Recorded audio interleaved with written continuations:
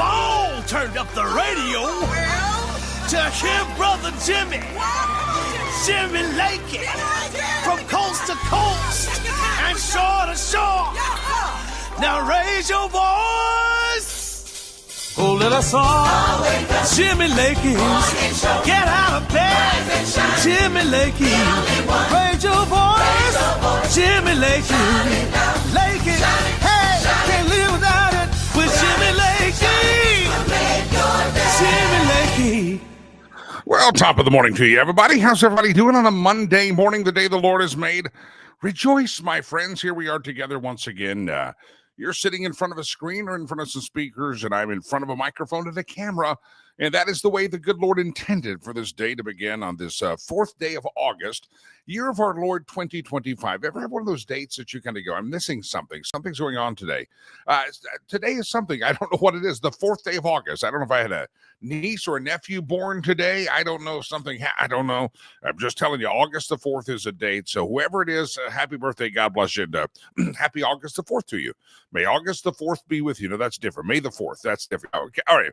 Anyway, good to have you here on the program.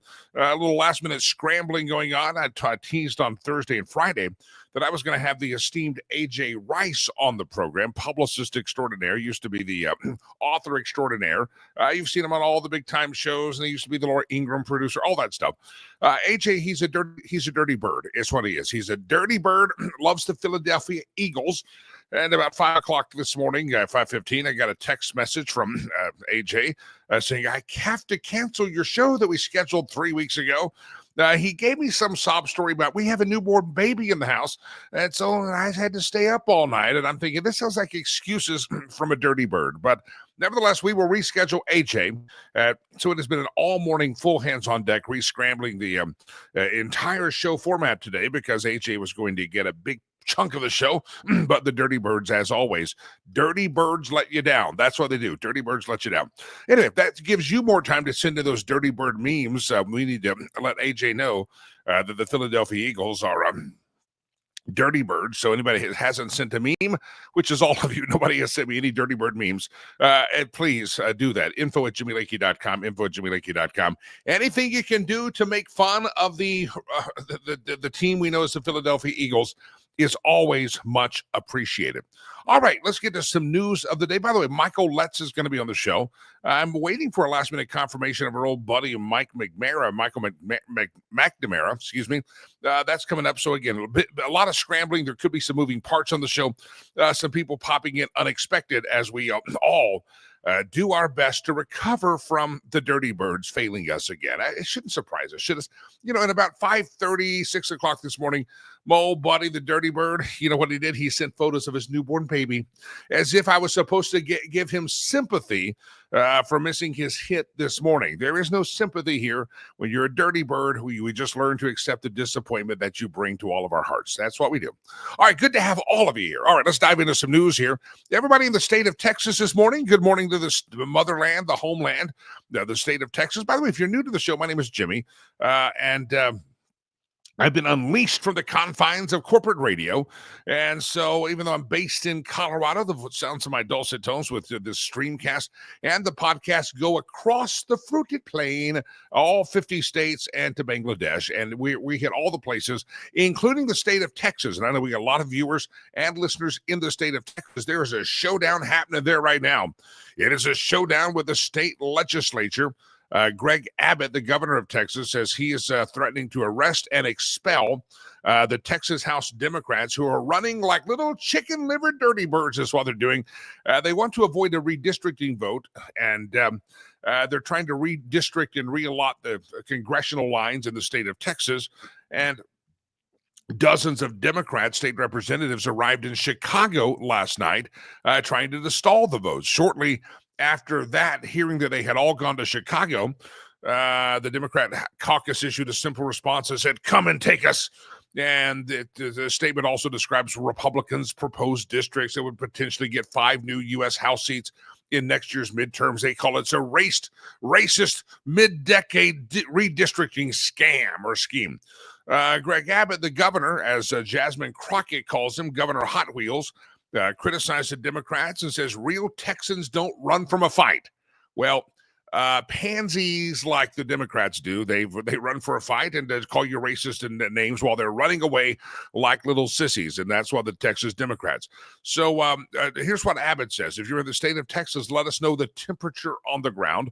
Rather than doing their job and voting on an urgent legislation affecting the lives of all Texans, they have fled Texas to deprive the House of the quorum necessary to meet and conduct business. At least 100 members of the 150-member Texas House must be present to conduct business. Approximately 50 of the Democrats have left. Abbott said that their action and as elected state officials is a duty and it is not optional. Now, here's how the showdown's going to go. The Texas House is set to convene at 3 p.m. today, and Abbott said that the derelict House Democrat members must return by then or face being removed from their positions by Texas Attorney General Ken Paxton.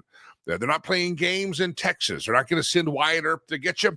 They're not going to send out the Texas Rangers to get you. They're going to remove your dirty little Democrat ass from office. That's what they're going to do. The Republican Attorney General has already stated that lawmakers should be found and arrested no matter where they go.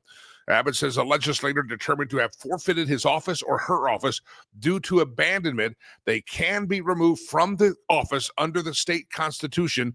A vacancy can then the governor will fill the vacancy under Article 3, Section 13 of the state constitution. So that's going to get real interesting. If these little pansy Democrats don't show their butts back, isn't it interesting they ran off to Chicago? Evidently, they wanted to get murdered, raped, shot, whatever, all the crime. They wanted to subject themselves to crazy crime. If they wanted to be subject to crimes, they could have just gone to Houston. They could have just gone there, but they went all the way to Chicago, and they're going to remove them from office. And removal from office is not only a threat facing the lawmakers, but he also warned that if they're soliciting funds to evade the fines, they will incur punishment, potentially a felony, according to the state constitution. So in the state of Texas, they've covered it for cowards. I mean, Texas does not fare well for cowards. And they say, by the way, if you're going to evade office and you're going to run and you're going to try to maybe start a GoFundMe page or a political campaign to raise money and say, look what a brave little Democrat I am, you're going to face a felony charge in the state of Texas. Here's a statement from Governor Abbott and from the Texas Attorney General. Any Democrat who solicits, accepts, or agrees to accept funds to assist in the violation of their legislative duties for the purposes of skipping a vote may have violated bribery laws under the Texas Penal Code. And he also says that anyone who offers, confers, and agrees to confer money on the fleeing Democrats could also face charges. So it's going to be an interesting showdown in the great state of Texas, the motherland. And go get him, Greg. Go get him. Go get him, Ken Paxton. Love to see him. Lock him up tight. Lock him down tight. Throw the key away. They're cowards, and they just don't like the fact that they don't have the votes to stop what needs to happen. Rich says they will get a federal judge to block Texas from removing them from office. Want to lay a wager. Rich says, yeah, wait till they get the federal courts in there. They're going to find some liberal judge. Maybe. But I don't think that the state of Texas is not much given to liberal judges there. They really don't give a rat's ass. And the Texans do have it's constitutional. They're enforcing state law. And that's where I don't think they're going to find a federal angle of this. But hey, you Rich, you could be good if anyone wants to bet Rich. He's looking for a wager. Kevin says, good morning. Jody checks in from the state of Florida. She says, good morning, Florida here. So everybody, good morning to everybody. Scott jumps in from his usual position there in the great state of Wyoming. Well, buddy Cesar says, buenos dias, Senor Lagos. Jaime Lagos behind the microphone. Thank you very much. And you're welcome for that. All right. If you're in the state of Texas, let us hear from you this morning. Wherever it is that you are watching the program, love to hear from you. The big Texas showdown is happening. Democrats have fled to Chicago.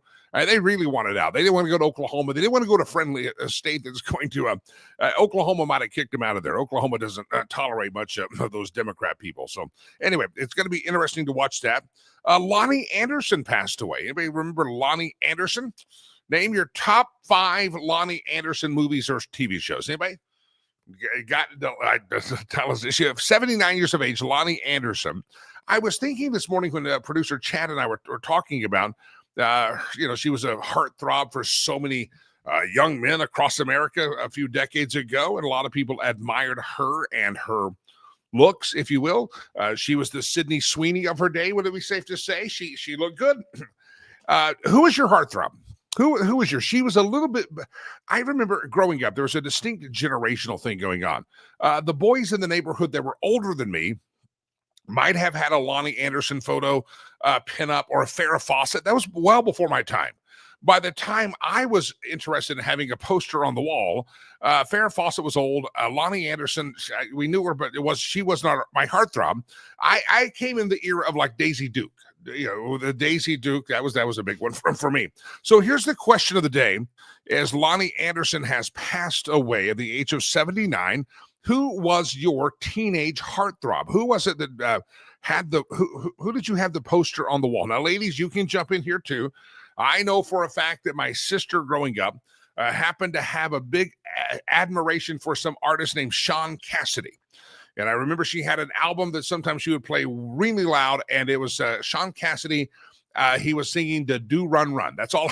That's one of my scarring moments of childhood.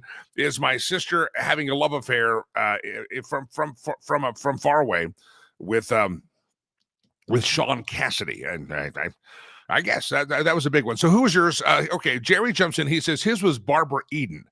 Barbara Eden. That was Jeannie, right? Everybody loved I Dream of Jeannie. Yeah. I wanted to figure, it was fine. I just wanted to figure out how to get in that bottle. That bottle looked very comfortable. She'd go on their couches and looked very relaxing. I would have been in the bottle with Barbara Eden had she invited me. Dave says his was Christy Brinkley. So see, again, Christy Brinkley, a little bit the older guys like Sir Christy Brinkley. There's another one, Barbara Eden of I Dream of Jeannie. Look at there. Evidently, a lot of you like the old Jeannie. You wanted the Jeannie to help you with your bottle or something. Anyway, who was your heartthrob? Ladies, let's hear from you as well. Who was your heartthrob as a child? Lonnie Anderson has passed away, and that's what brings about the question. I will give you a little bit of detail about Lonnie Anderson, if I may. Delilah, do you know any shows that Lonnie was in? None. You don't know anything. Lonnie Anderson, most famous for those of us in the radio business, for WKRP in Cincinnati. She had a prolonged illness. She was best known as well for her marriage to Burt Reynolds, which ended in a very acrimonious divorce. She was one of the stars in WKRP Cincinnati. She would have been 80 tomorrow, so she just short of her 80th birthday. She played the receptionist Jennifer Marlowe for the show's entire 4-season run. WKRP in Cincinnati ran from 1978 to 1982. So again, that was before my time. That was early elementary school for the most part for me. That was elementary school, and I was not paying attention that much to the Lonnie Anderson or any assets that she might have had at that point in my life. Later on, again, I became a Daisy Duke guy. I liked Daisy Duke. The character was originally written to be a typical dumb blonde, but Lonnie was not interested in that. She made them rework the entire character on WKRP in Cincinnati so that she could be the smartest person in the room. Now, you might also remember, perhaps you do, WKRP in Cincinnati. She auditioned to play the part of Chrissy in Three's Company. Delilah, who did she lose the job to? Lonnie Anderson wanted the job. Who played Chrissy in Three's Company? You don't even know what Three's Company is. That was Suzanne Summers won that job. In 1980, she starred in the TV movie The James Mansfield Story, along with a relatively unknown actor you might know as Arnold Schwarzenegger. She spent a lot of the 80s in the tabloids because of her marriage to Burt Reynolds. They got hitched in 88, and then they, after years of dating, they divorced in the early 90s. They said it was one of the ugliest, took more than 20 years to completely settle the divorce. That's a long divorce. When it takes you 20 years to settle a divorce, yeah, you got some fighting going on. Well, Lonnie Anderson passed away. She would have been 80 years old tomorrow, 79 years of age. It brings up our question of the day. Who is it that was your teenage heartthrob that caused your heart to putter and your heart to patter? Stacy says Patrick Swayze when I was in high school. Patrick Swayze, Heather Locklear. Here's Ray, Morgan Fairchild, and Lita Ford. You know what? It takes me back to the day. Remember the movie Shawshank Redemption? And who was the first actress he had up there covering the hole in the wall? And then later on, he got another one to cover it. And that just kind of shows the generations of how heartthrobs change. But so some of you, Lonnie Anderson might have been one of your heartthrobs. How about if you were a Lonnie Anderson admirer? I'm guessing you might have also been a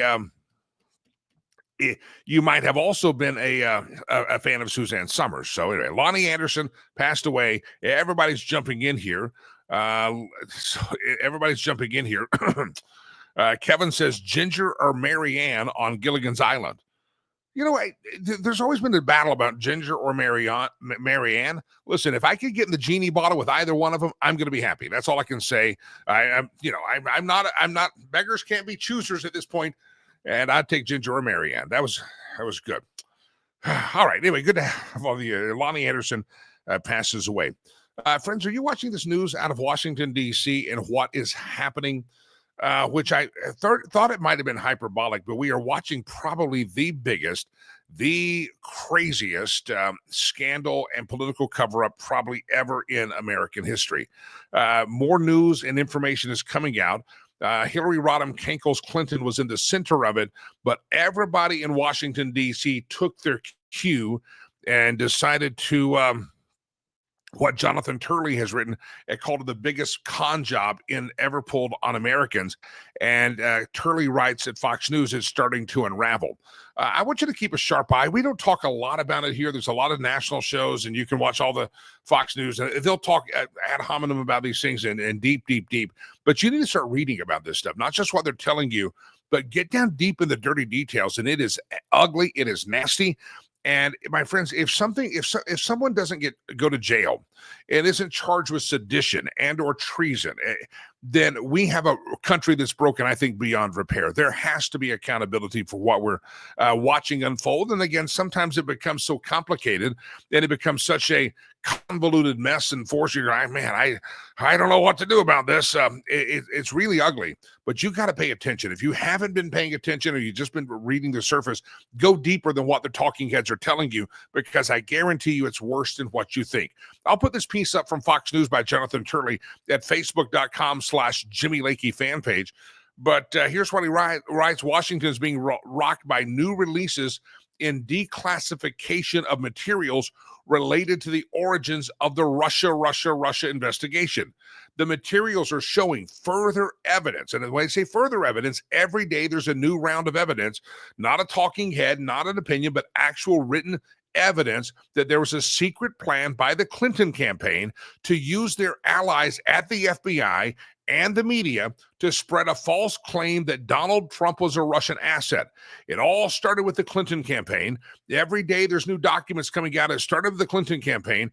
And when people in the FBI and the media, when anybody knew, they just kept covering it up. This is why they're using a conspiracy investigation, because the conspiracy, the statute of limitations open wider.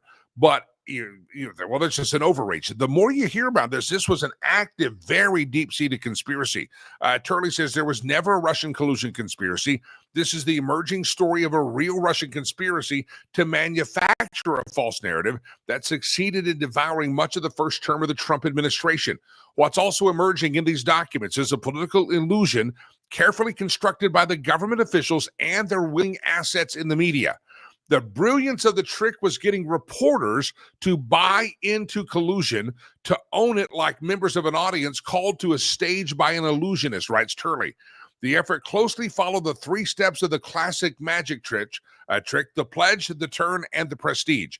And he breaks it down to kind of give you the insight of a magician and how the media out there was played by this. Let me tell you, if you were still watching any news channel that was not telling you the truth about Russia back in the day, was not exploring alternative ideas, Fox News was, Sean Hannity was on it, Tucker Carlson at the time was on it. We all knew it was a hoax.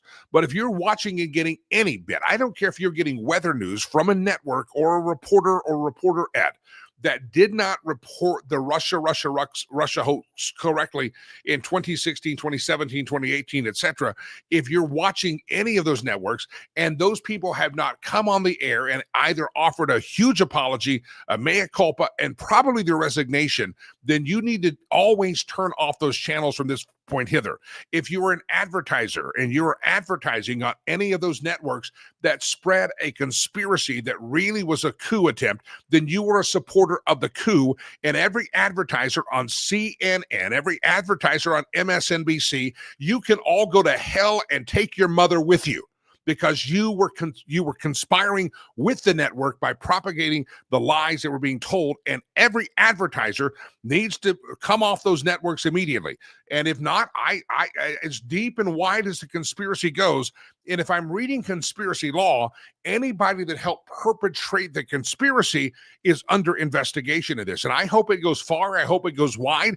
And listen to me, if you're a media buyer and you've been buying on MSNBC or you've been buying on CNN, you need to immediately, and I know I don't have a lot of influence here, but that's how nasty this thing is. Any outlet, any product, if it's Coca-Cola, if it's Pepsi, if it's Ford, if it's Chevy, whoever it is that continues to advertise on CNN, they are co-conspirators in an American coup, and they have looked to bring down the federal government by funding a coup in these media outlets. That's how serious it is. And every dang one of them ought to go off air, and every business ought to pull their business until these companies are held accountable for being the propaganda arm or the Pravda arm of the coup attempt that happened. It was seditious behavior. It's probably, I think people are calling it now the biggest scandal, the biggest con job ever. And I can't think of anything bigger than this. We had John O'Connor on last week, and John O'Connor, of course, was in the heart of the Watergate scandal. And he says this is making what took Nixon down. This is making this look like a child's tale. It's really, it's a con job extraordinaire. And Hillary Rodham Kankles Clinton needs to be perp walked.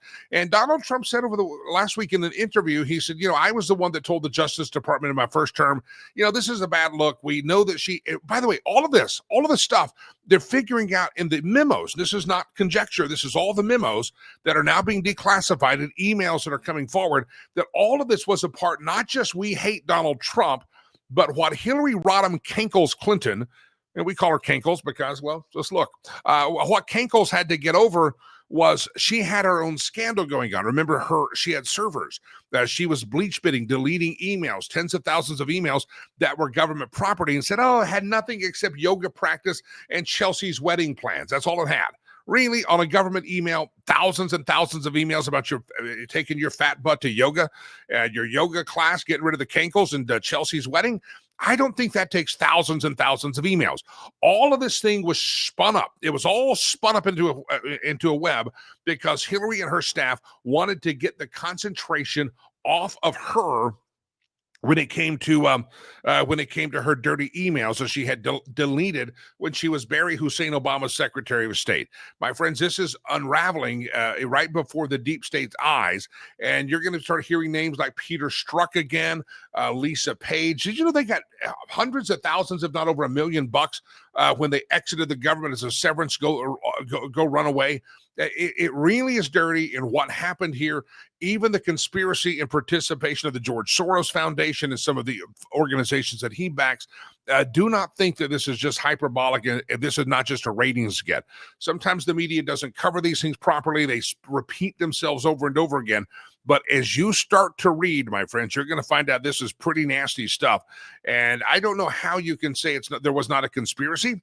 I don't know how you can say this was not treasonous. I don't know how you can say this is not seditious.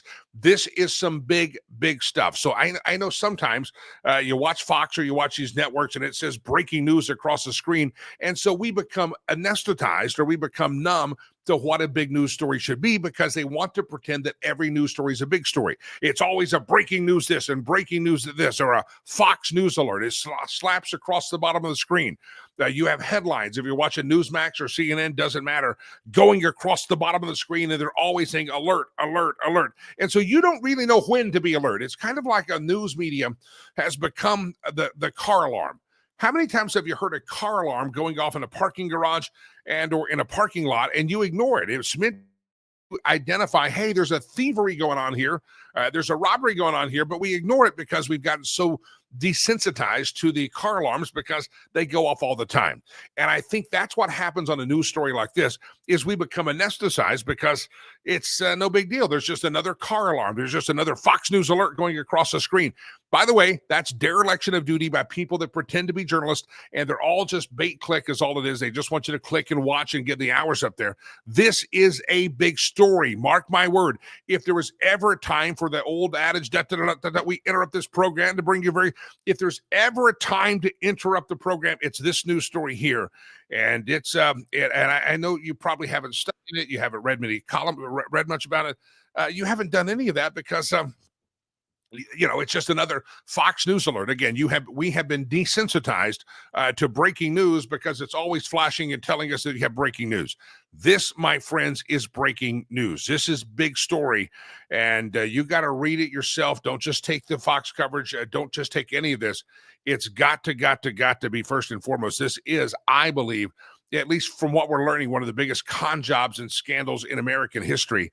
And it's going to be interesting to see who gets perp walked. And if somebody, and I think it's coming. Ray asked this off the YouTube channel. Jimmy, do you feel the squash of pardons that Biden or Obama signed to protect some of the people involved? A lot of the names that you're hearing did not get the pardon.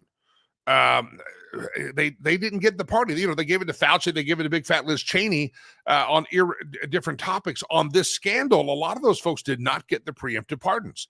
There's a lot of people that are exposed. We're not talking Bill Clinton at the park. We're talking a lot of people exposed politically and criminally for the behaviors here. And this is a big scandal. And I just pointed out because, again, we've all become desensitized. And yeah, Rich, you have it right. Posted there from the Facebook. Crying wolf in the sky is always falling. I ignore most of it. That's why I'm telling you, don't ignore this. Fox News, all of the outlets are always, it's Fox News alert, breaking news.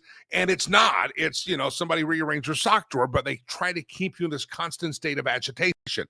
This is the story. If there's a story this year, this lifetime, pay attention to this one. This is the one that should have every bell and whistle flashing across the screen because what we're uncovering. And John Ratliff, the Department of National Intelligence, they say there's more information coming.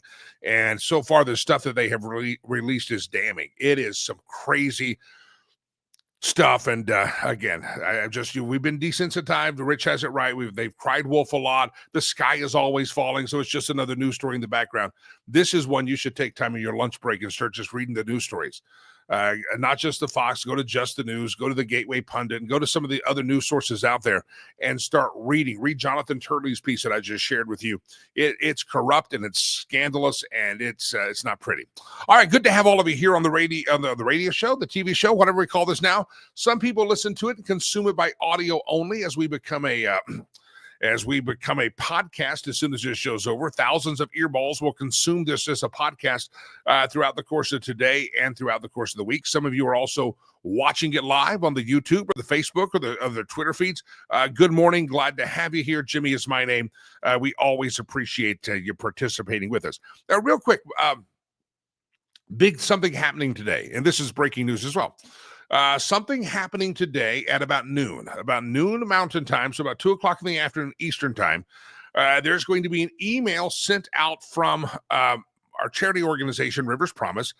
And those of you who have thought about participating in our golf tournament for about noon today, the golf tournament is Friday, September the 5th. About noon today to Wednesday, we're offering a flash sale. And that means we're reducing the cost of a foursomes registration.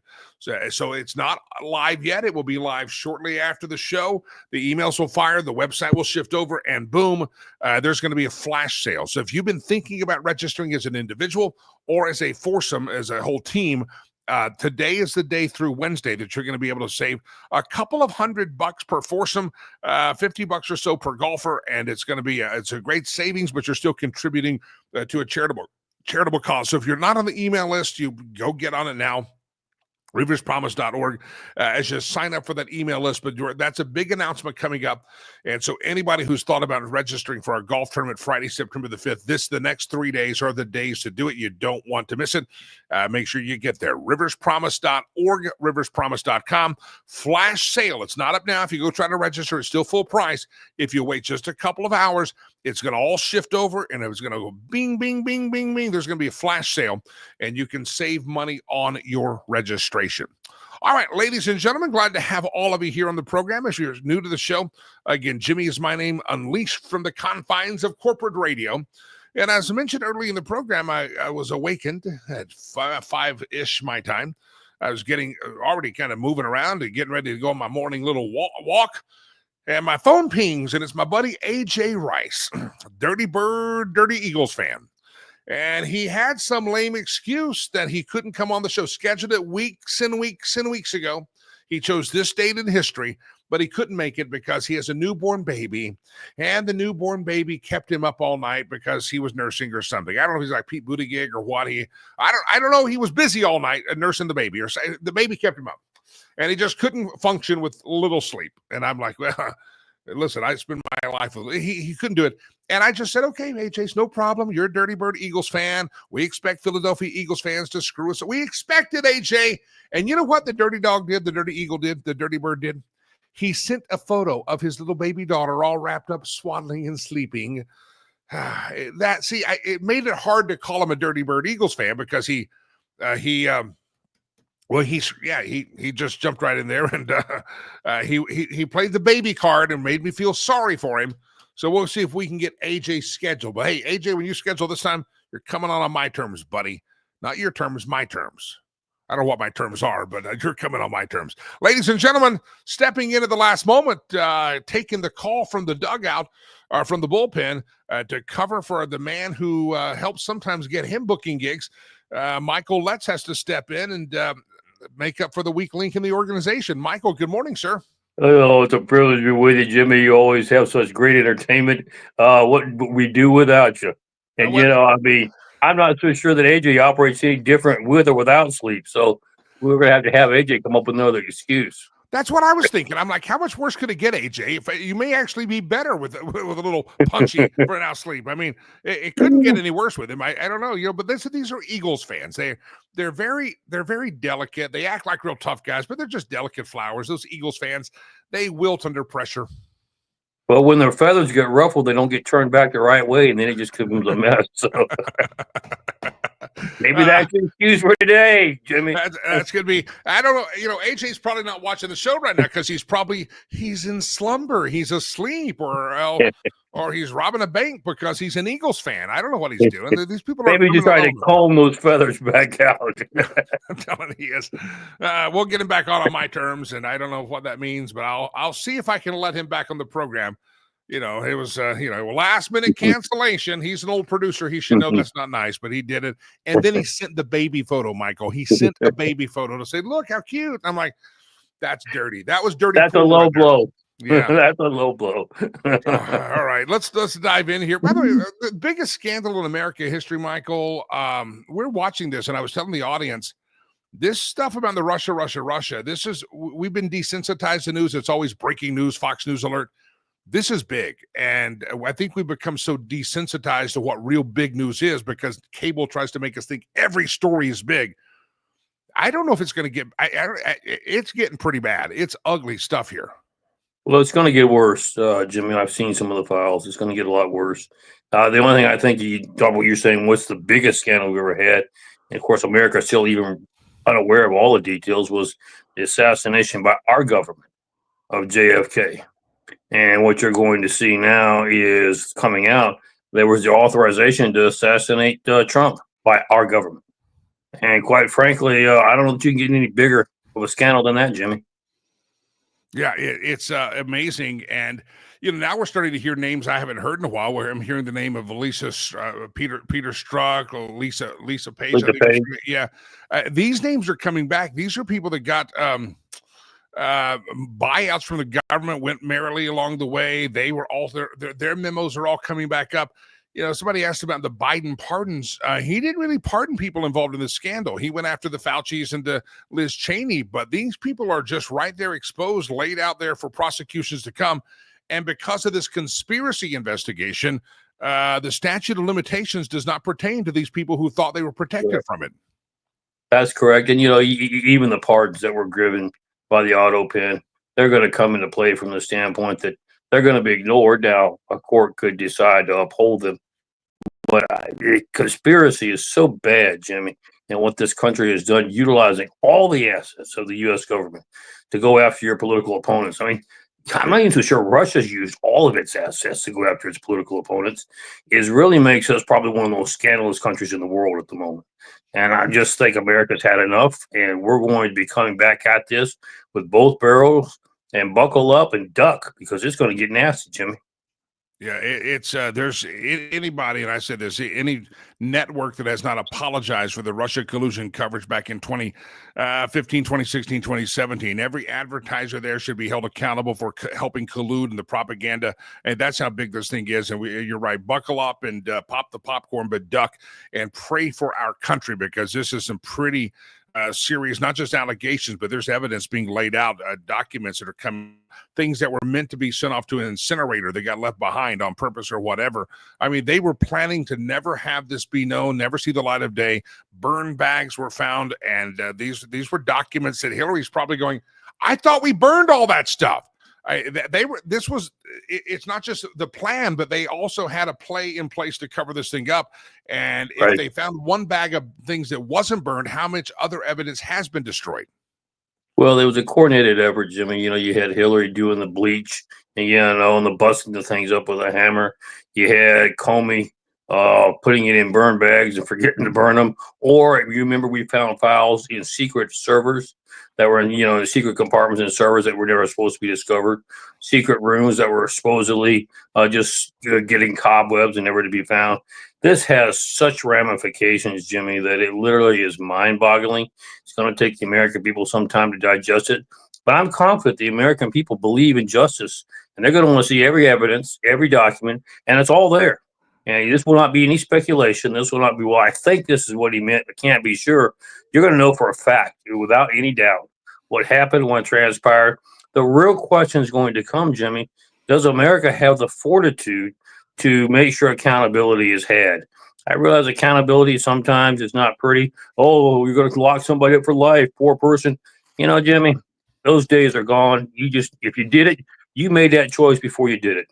Now that you did it, it's time to hold you accountable for it. All right, if you listen to the podcast later in the day, you're obviously not seeing the screen. That's Michael Letts, InvestUSA.org. We'll talk about his great organization in just a moment. Michael, let me switch gears. Another place where you wonder if there's ever going to be any law and order brought. These Palestinian protests continue to happen. People think it's cool to hate on the Jews. They think it's cool to say that the Gaza there's a genocide going on. Let's talk about these accusations, these Palestinian protests that are happening in America, and some of our, even Canada's like, oh, yeah, the poor Palestinians. What are your thoughts on what's happening in the Gaza Strip? There's food there. The terrorists are taking it, not letting it go out there, but Israel's getting the blame. I think they're the only people that have ever been attacked by a foreign enemy and told, oh, it's also your responsibility to feed the people. When Japan attacked us at Pearl Harbor, I don't think we were forced to go in and feed the Japanese, because we were attacked. But for some reason, it's different for Israel. Give me your thoughts. Well, you're exactly right, Jimmy. I think it can be summarized this way.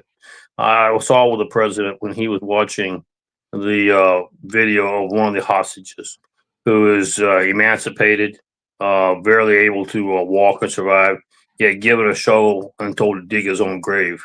And, the president was broke to tears. And he said, free the hostages and then blow the hell out of them. And quite frankly, I think America believes the same way. We have had it with terrorists. We've had it with those who are sympathizers with terrorists, who somehow want to overlook the guilt of what they do, the misery and the hatred and the murder they put on people, whether they're Israelites, whether they're Americans. You don't treat people that way, Jimmy, and get away with it. And quite frankly, it's time that we just lay down the law, the big hammer, not the little sledgehammer, not the little one you put nails in the wall with. We get out with the big sledgehammer and finish this off once and for all. Every jackass media type, every college professor, everybody out there that's calling Israel all these bad names, they need to be forced to watch the video. This guy forced to dig his own grave, emancipated, malnourished. He's digging his own grave in a tunnel somewhere in Gaza, where these cowards have stocked him away and held him prisoner for a couple of years now. Every journalist, every college student ought to be forced to watch that and let them give their justification for the people that they're defending or the people causing this guy to dig his own grave. The people that they're celebrating as heroes and are persecuted are causing this guy to dig his own grave. And again, these networks, these media types, everybody out there defending Gaza, the Hamas, they ought to just watch this guy and tell us, why is it you support that type of behavior? Well, they've done two things. Just in the last week in New York, we've had two rallies turn violent for the rallies for Hamas, for the Palestinians. And here's what we've allowed to happen. We've allowed them, first of all, to kind of take the soft mode. And now as they continue to do these riots, is what they are, they're not protests, they're riots. They're getting violent. They're hurting American citizens. We have got to realize this is a war on America's people, and we will defend America and her citizens. We always have. We always will. We're willing to pay the cost, whatever it takes to keep us free. Let's put our money where our mouth is and get something done about it, Jimmy. Michael, real quick, I know you follow law stories and enforcement stories. We had this tragic killing of this mom and dad in Arkansas a couple of days ago. We have a shooting up in Montana where they're looking for a guy. Is it just in a bad spell of violent crime, or has America become, even in places like Montana and Arkansas, a place held up by violence? I mean, we know Chicago, we know Denver, we know Houston, we know these New York City are dangerous places, but we got a couple of stories the last week, including the Montana shooting, that some pretty nasty crime hitting to what used to be kind of flyover country, the safe place of America. Yeah, I think you have two issues going on here, Jimmy. First and foremost, we have no accountability. And I'm talking about from the top down. We see, look at what they just did. This is horrible. Send them over, look, investigating for indictments. And nobody hears anything. There's no action taken after that. Then you have the young people saying, well, there's no accountability of that. Let's try it. We're going to start beating people up and filming it, see if we become famous, and put it on YouTube and on TikTok. No consequence. Yeah. So the idea becomes, well, gee, if there's no consequences, maybe this might be the new entertainment for America. Let's try violence instead. And that's where we're headed. And we better get a handle on it pretty quick, Jimmy, or we haven't seen anything yet. Yeah, you mentioned that the race abuse that happened in Cincinnati last year. You mentioned that one. I mean, it's bizarre, and yet you have stories that some of these people get out on $400 bails, or they no bail, no cash bail. So a lot of these people we knew were problems. They got locked up, but because of liberals' policies and whatever they did, they let them out. They were roaming the streets. We've got people roaming the streets. Some need to be deported and get out of our country, but some are just people that need to still be in jail. But big city, big Democrat policies have let these people roam the streets. And now we're, as Barack Obama's pastor said, the chickens are coming home to roost, unfortunately. They sure are. They're coming home in big numbers. And we still have an opportunity, Jimmy. I still believe we can correct this matter, but not without decisive action. And I'm going to pick it, even the administration at the top. Enough talk. Let's get something done. Yeah. Michael, let's want you to talk about investusa.org. We have law enforcement out there with some very dangerous elements on the street. They need to be protected. You've got Democrats trying to get ICE members outed, doxxed, killed, whatever they care. Law enforcement officers are braver than ever before, and they're facing foes like American Democrats and their radical followers on the streets that make their jobs very, very dangerous. Invest USA is trying to keep them safe. What are you doing, sir? Well, we're making sure that everyone has an active shooter vest, because just the stories you just talked about in the last 2 weeks, most of those is using long-range rifles now. They're not taking little 22 pistols. They're using long-range rifles. The only thing that'll protect against that is an active shooter vest, of which 90% of our cops do not have. So we're going to make sure that we have the necessary protection when they go into battle, which is what they're doing now, to defend the safety of Americans. So if you can, make sure you show these officers your support. It's quite frankly, it's hard enough to go in there and do the job if you don't think anybody cares, especially if you don't have the necessary equipment. Let's send them a message, even if you only send $1. I support you. I believe in you. Thank you for your sacrifice, your willingness to sacrifice. We're standing right here next to you. And that's going to be the next thing, Jimmy. I'm going to start asking everybody in America, volunteer to be a deputy reserve or a police officer reserve. Give a few hours a month to the program. Let's get you commissioned. Let's make sure we flood America with what it needs to be to take these streets back. I would be better than Barney Fife. Let's just say that. I know you would, Jimmy, and that's even without having the spare bullet. They're going to give me a bullet. Awesome. That's beautiful. Michael Letts, if folks want to contribute to your fantastic organization, investusa.org, investusa.org. Do me a favor, go call. Just keep calling AJ all day. Wake him up. Don't let him sleep. I will definitely do that. And I'll whine a little bit as if I'm the baby on the phone. We'll see how far that gets us. Yeah, give him a little cry. That's it. Dirty Love you, Jimmy. Love you, my friends. See you, Michael Letts. I appreciate you hopping on here. Michael Letts, investusa.org. All right, I'm going to bring in my next guest here. Tyler Gray is up here. You read his book, perhaps, Forged in Chaos. We'll get with Tyler here in just a moment. But for all of you people that have sensitivity issues, meaning you're delicate little flowers, I want you to turn the volume down. But we found this on the TikTok. That's right. We're hip and cool like that. And sometimes producer Chad and I dig around on the TikTok. And we found this on the TikTok. And it's some people say it's AI. Other people think it's not. And so if you're a delicate flower, I want you to turn. I'm warning you now. You got to turn your eyes. This is from the TikTok. Delicate flowers. This is Barack Hussein Obama. And some people know her as Michelle Obama. Some people say Big Mike, but I would not go there. Ladies and gentlemen, if you're delicate, turn down your volume. If you're not delicate and you're kind of a cynical son of a gun, you're going to think this is funny. But this is from the TikTok, and we present it to you with love and a fun way to start your Monday. Ready? Aim. Turn your volume down if you're delicate. I'm warning you. This is your last warning. 3, 2, 1. I was born in America. Who went to P. Diddy freak-offs? Who hates white people the most? Who gives better head? Who has STD? Who drowned the chef? Who drowned the chef? Who hates America? Who has a bigger penis? I was warning you. I told you you got to turn down the sound. And some of you didn't. And now you're going to send me emails about how offended you are. I'm sorry. I had coffee on the first one. I've watched that before, and it still got me. I got another one here in a bit, so I'll give you a warning before that. But anyway, you're welcome for that. You're welcome. That's funny stuff. Ladies and gentlemen, glad to have you here on the show, and a pleasure to have you here. Today is the day the Lord has made. It's the 4th day of August, year of our Lord 2025. If you're new to the show, welcome back. I already got a text popping in. Could you play that again? That was some funny stuff. I only saw half of it. I'll play it again, and I'll warn you again. We'll do that here in just a moment. Please welcome into the program, Ray's on the YouTube. And Ray's watching on YouTube this morning. He says, now that was funny. It was funny. And we'll play it again. I got another one too. You don't want to miss it. All right. Can I welcome into the program our next guest, Tyler Gray, actor, star of SEAL Team, a former Delta Force operator, author of the Forged in Chaos book, A Warrior's Origin Story. Mr. Tyler Gray, into the studio he comes. Thanks for hopping on here last minute. Everybody's having to step up to the plate because AJ couldn't sleep last night.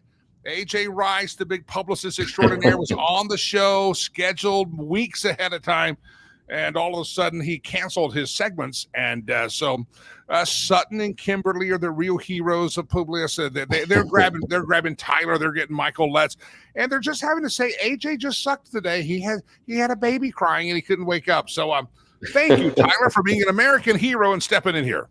No problem. Glad to be of service.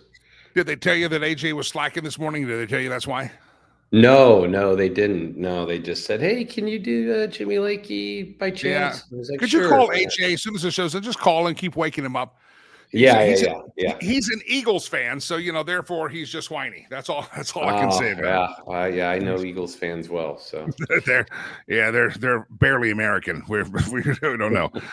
Tyler, we've had you on just a couple of days ago. We had you on the program. Very quickly though, I want you to talk about Forged in Chaos. Sometimes people wait to talk about the book and the story till the end, and it kind of gets thrown away at the end. Why don't you dive right in and talk about it? That will be our segue into the topics of conversation. Author of a book called Forged Forged in Chaos and the star of SEAL Team, a former Delta Force operator. Talk about your work, sir. Yeah, so the book, I really wrote it to try and change put out awareness and some solutions for what I felt was the real reasons for the veteran and first responder crisis and suicide epidemic. And for years now, we've been told that the problem was X, which generally has 4 letters in it, and I'm sure you know which ones. And yet that wasn't my experience. And the more I looked into it, the more I found other things that made a lot more sense. And once I had kind of figured those things out and found solutions to those things, then it was very obvious to me that I needed to put them in a book and get that book out there to try and give those awareness and solutions to people on what I think the real issues are rather than what we've been told they are. Now, you outlined it in the book, but your, I guess, life changed. Covert mission in Baghdad, explosive blast ripped through the dark night, severed your right arm, really dismantled everything that had once defined you. All of your hopes and dreams kind of went boom in the middle of the night. And that's kind of the birthplace of the chaos where you were forged. Let me ask you a question. As you're a guy that's sacrificing literally almost life and limb in the middle of battle, fighting a battle that are politicians, how does it affect you when you hear that maybe simultaneously there was a scandal going on and this Russia hoax? I mean, they were trying to bring down a president. I mean, there were so many under the things going on just politically. You're over there literally ready to risk life and limb, and you find out the politicians are playing dirty games behind the scenes. That's got to cause you to go, what the heck am I fighting for if this is how our leaders act? Well, I'll say this, and I've said this many times, back in the day, or back, not just back in American history, but back in world history, we used to elect leaders and people who truly knew how to lead. And for whatever reason, that switched. I don't know when exactly, but now we don't elect leaders, we elect politicians. And politicians are not leaders. If they were leaders, we would call them leaders. We don't. We call them politicians because politicians are very different than leaders. And politicians are going to politic. And I am not surprised by anything they do anymore. I haven't been for quite some time.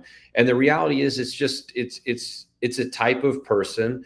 You got 2 different types of people in that. That contrast that you just said. You got some people that are abide by honor and these different trying to do a greater good, and then you have a group of people that are doing things for themselves. They don't care about anyone outside of themselves. They only care about increasing their own status, their own position, their own bank account.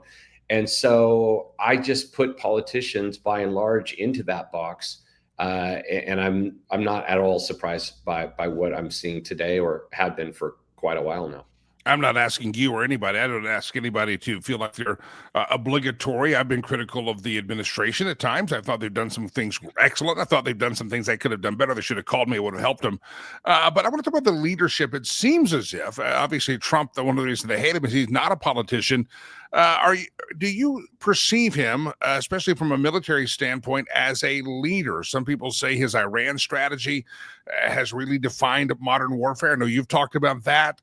You're watching his leadership on tariffs. Everybody in the world said that's going to work and it's going to blow up the economy.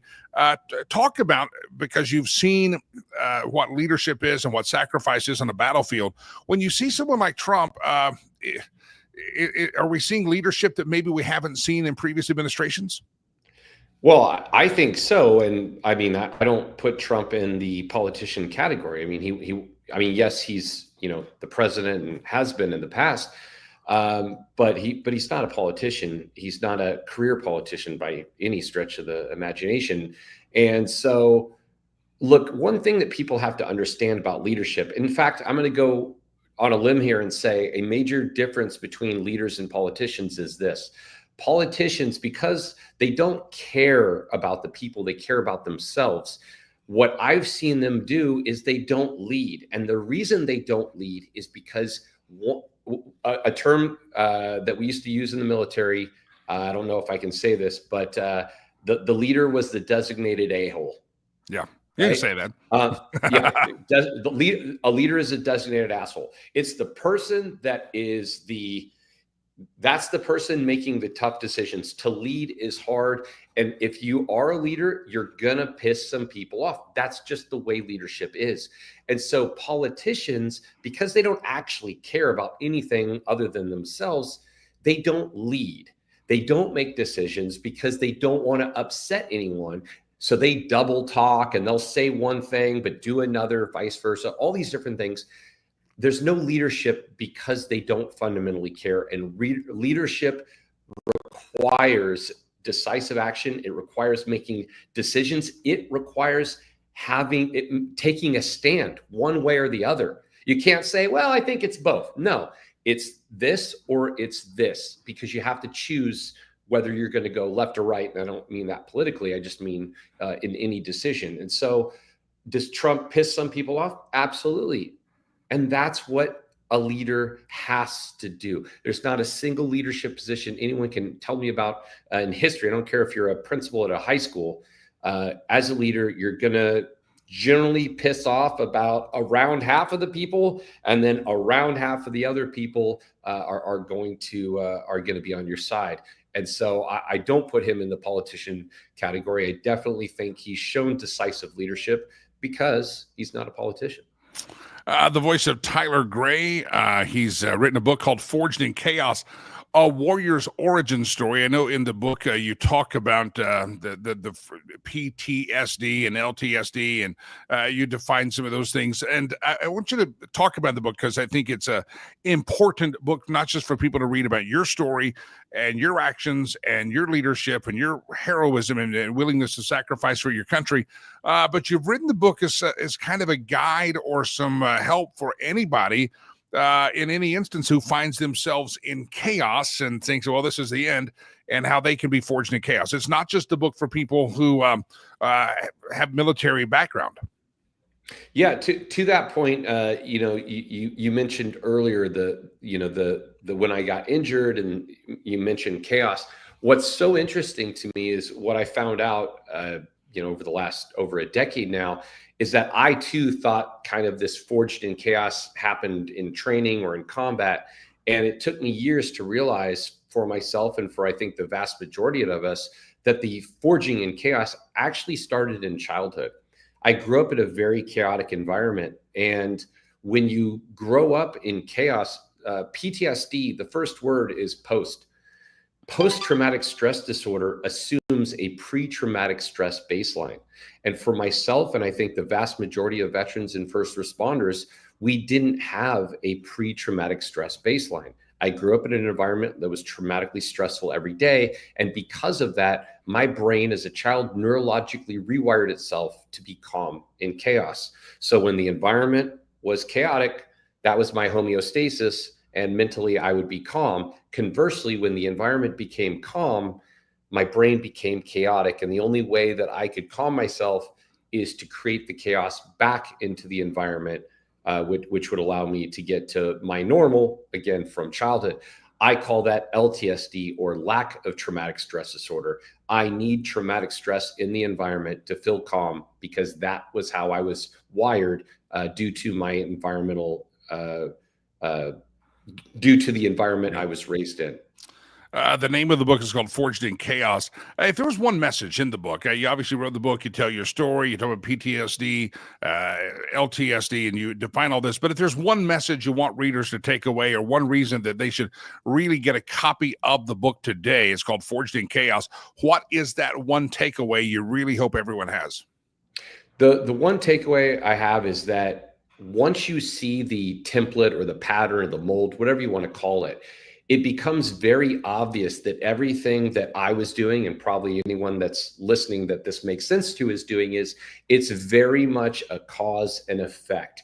It's not weakness. You're not crazy. You're not morally bankrupt, and you're not, there's nothing wrong with you. You're not broken. You're just doing something that is the natural side effect to a given set of circumstances. And once you understand all that, it really allows you to feel better about yourself and what you're doing, and then you'll know how to fix it. The name of the book is called Forged in Chaos, A Warrior's Origin Story, available on Amazon, anywhere great books are sold. And also you have a website, Tyler, and if folks want to, you're also an actor, and you have been, you're an actor and star of SEAL Team. Where do folks watch you, and where do they watch that, and where do they get the book? The show SEAL Team was on CBS, and it's currently on Paramount Plus. I'm on Instagram, Tyler A. Gray, Gray with an E.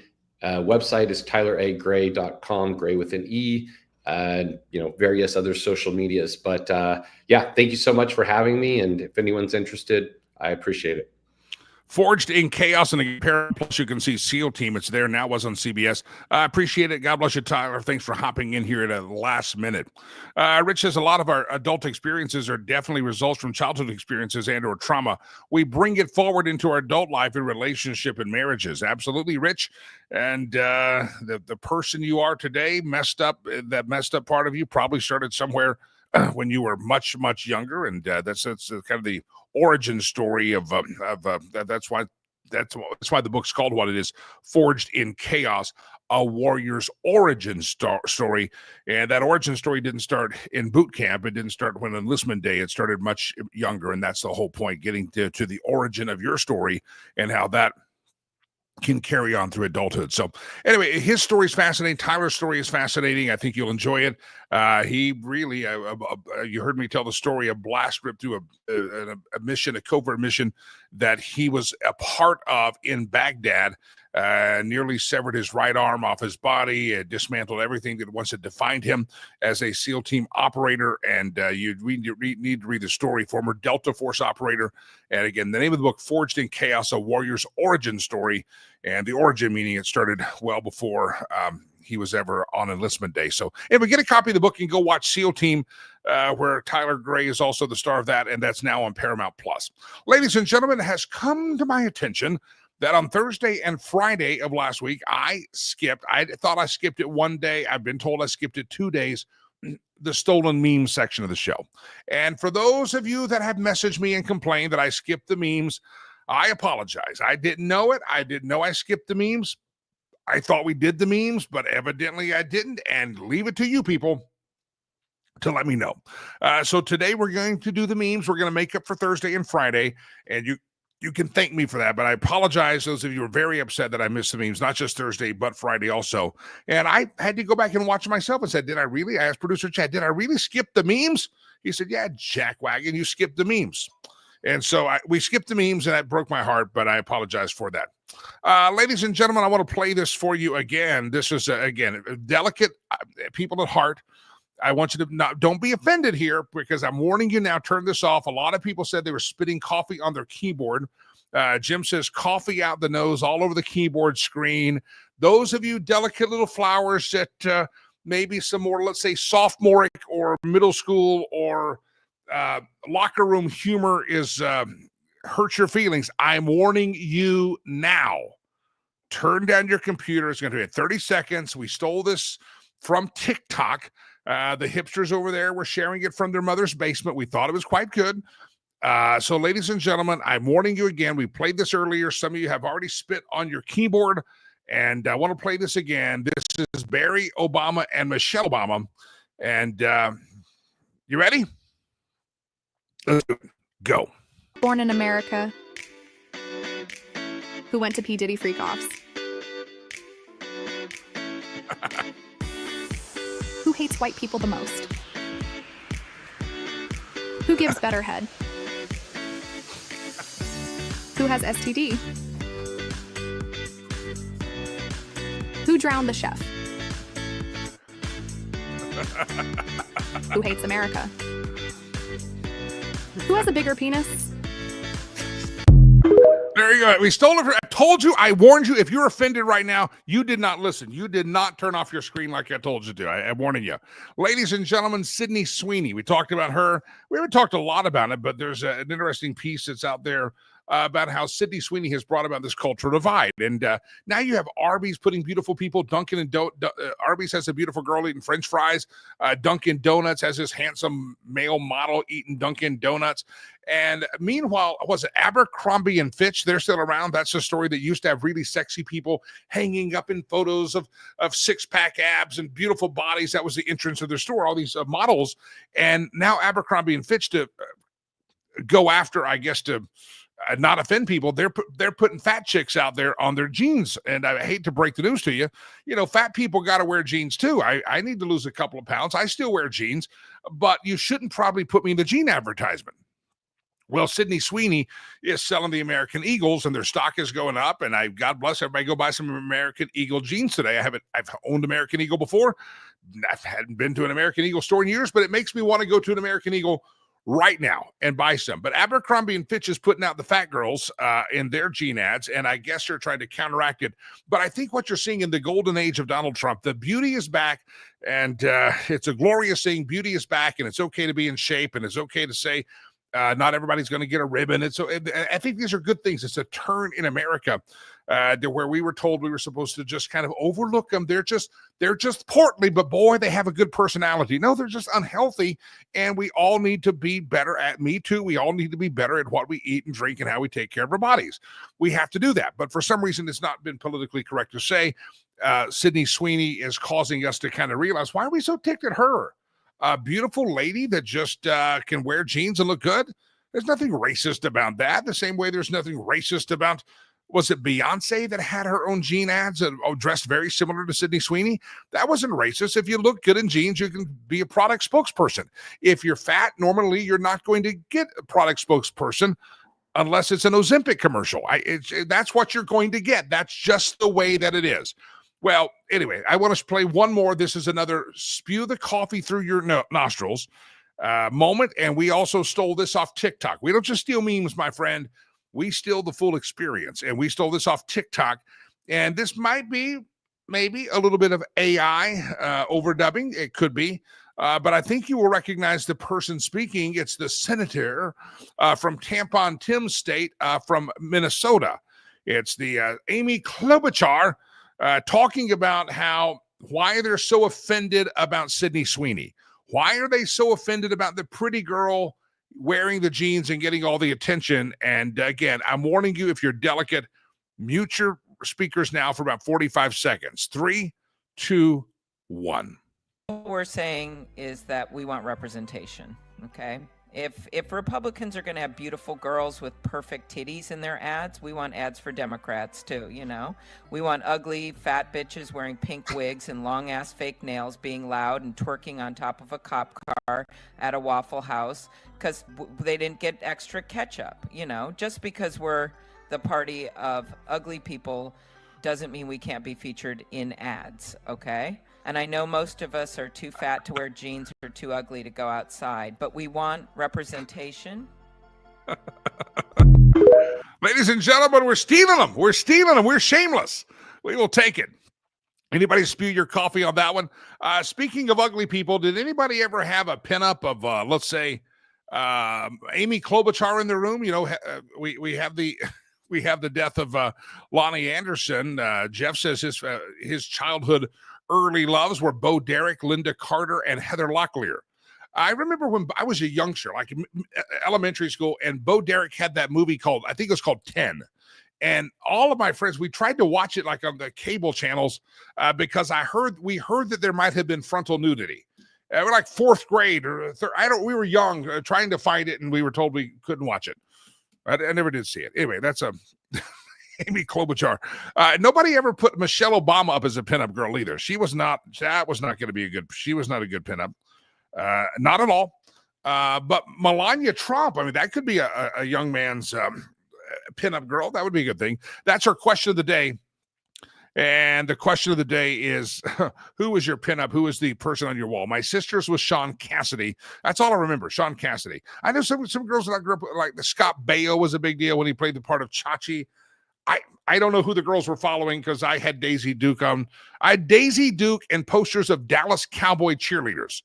Because in Texas, every year the Dallas Cowboy cheerleaders put out a poster, and you could buy it at McDonald's for like $1.25, and I'd always save my money. And they also put a team poster of the Dallas Cowboys, and I had those on my wall as well. So Dallas Cowboy cheerleaders and Daisy Duke, those were big ones there. If you remember going to Target or the store, maybe Spencer's, and you'd flip through your mom would go shopping somewhere. I'm going to go to the record and the posters, and you would just flip through the carousel of posters and try to find the one and see if your mom would buy it for you. Some of that back in those days were black light posters, like a Trans Am, but you had a black light that glowed in the dark. Anyway, sometimes you would see the Farrah Fawcett. But the older boys like Farrah Fawcett.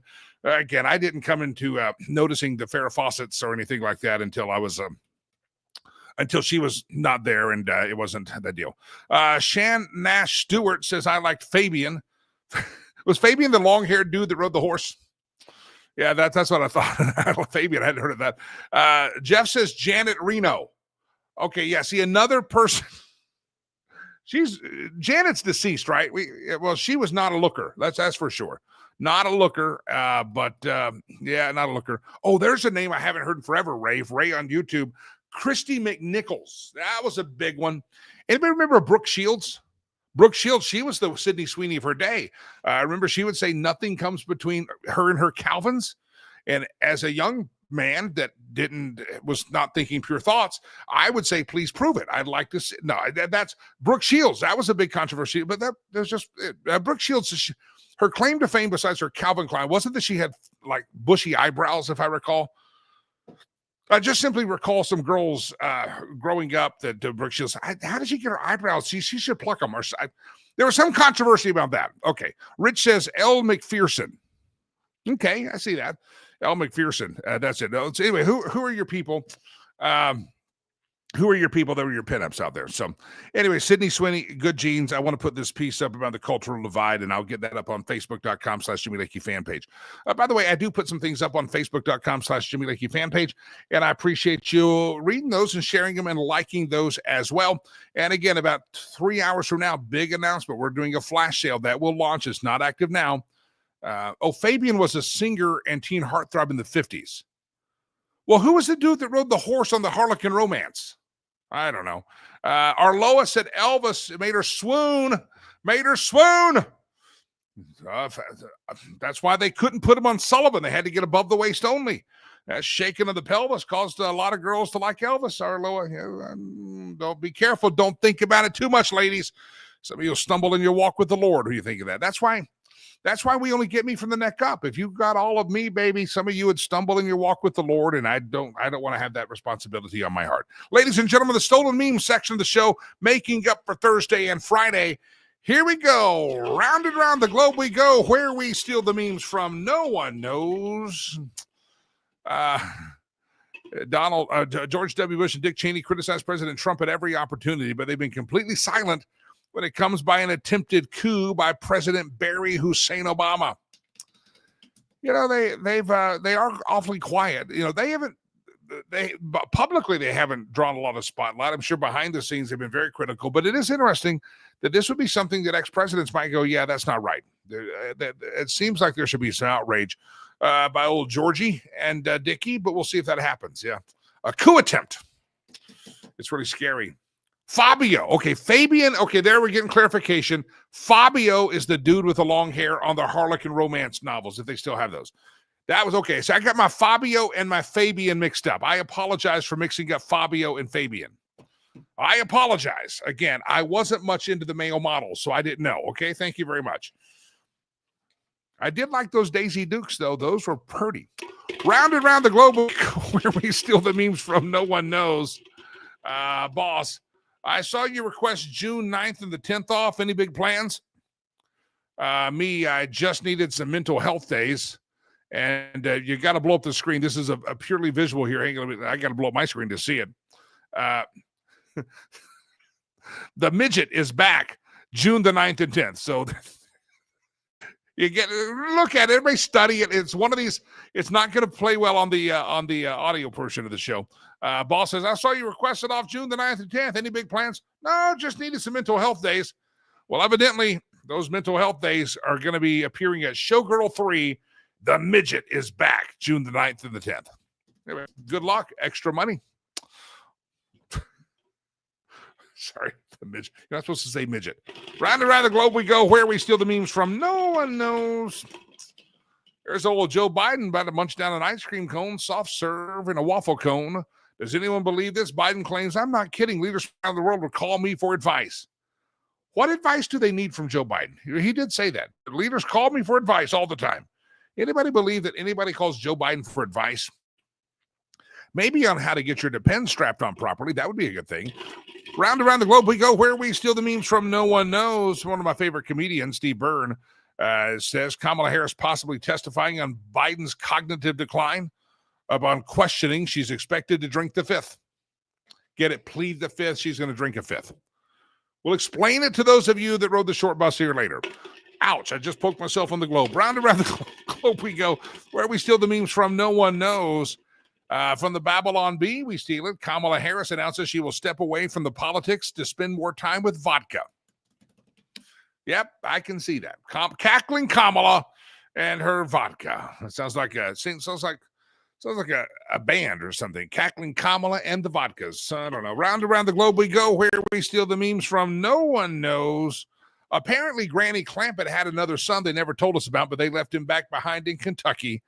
Oh, Granny Clampett. And it's Mitch McConnell. There he is, Mitch McConnell. Have you ever seen Granny Clampett and Mitch McConnell in a room at the same time? There's a reason for that. Just there's a reason. Round and around the globe we go. Where we steal the memes from, no one knows. Thank God and Chad for Makeup Meme Day. Well, yeah. Well, careful there, Jeff. Mixing God and Chad in the same sentence, that's very dangerous. I don't want lightning hits. No, Chad's helping us make up for Meme Day. Round and around the globe we go. Where we steal the memes from, no one knows. Oh, that's it? That's all we had? I figured for sure this was going to go until about 11 o'clock because I missed memes on 2 days. See, you didn't miss that much. You missed like 5 memes. Everybody suck it up, Buttercup. Ladies and gentlemen, it's been a pleasure to be here on the program with you today on a Monday edition. We'll come back tomorrow morning. Good Lord willing, the creeks don't rise. We'll talk more about Cindy Sweeney. The Jaguar. Anybody remember the politically correct ad that came out during the Super Bowl about Jaguar where it had nothing to do with cars and had to do with diversity, equity, inclusion? Well, guess what happened? The CEOs of Jaguar had to step down. By the way, remember Dylan Mulvaney, the Bud Light person, the people that said you should, they promoted Dylan as a fake woman pretending to drink beer, and yet they're very upset that we celebrate somebody like Sydney Sweeney as a real woman who has real parts that are really glorious. Yeah, if the left didn't have double standards, they wouldn't have any standards at all, would they? Nary a one. Ladies and gentlemen, it is time to depart here, but don't forget, just a couple of hours away, flash sale going on for our charity golf event. It's coming up Friday, September the 5th, but today at about noon, Mountain Time until Wednesday, through Wednesday, you're going to be able to save about $200 per foursome, $50 per golfer, and it's still a great contribution to charity. We're trying to get you all signed up for our golf tournament, and it's a flash sale. It happens today. It's just hours away, so riverspromise.org. You'll probably see it floating around on social media as well, but this is a limited time special, and you don't want to miss it. So a flash sale coming up today through Wednesday, and if you haven't signed up for a golf tournament, do so afternoon today. And also, if you want to be on our email newsletter for Rivers Promise, go to riverspromise.com, riverspromise.org, scroll down, and you can sign up to be a part of our newsletter. There's the music. That means our time together has drawn to a conclusion. It also means you can email me, info@jimmylakey.com, info@jimmylakey.com. Let me say it again, info@jimmylakey.com. If Delilah approves them, she'll let producer Chad read them. If they insult me, producer Chad and Delilah will send them to me as long as I can be properly insulted. So they don't let me read the good ones. They say there are no good ones. Yeah, that's it. Scott says, Jimmy and Chad, have a great day. See you tomorrow. God, we'll see you tomorrow. I mean this from the bottom of my heart. Have a great Monday. I wish you all a blessed and great week. May God bless you. May God bless America. I am Jimmy Lakey, a.k.a. Jaime Lagos. Peace. I'm out of here.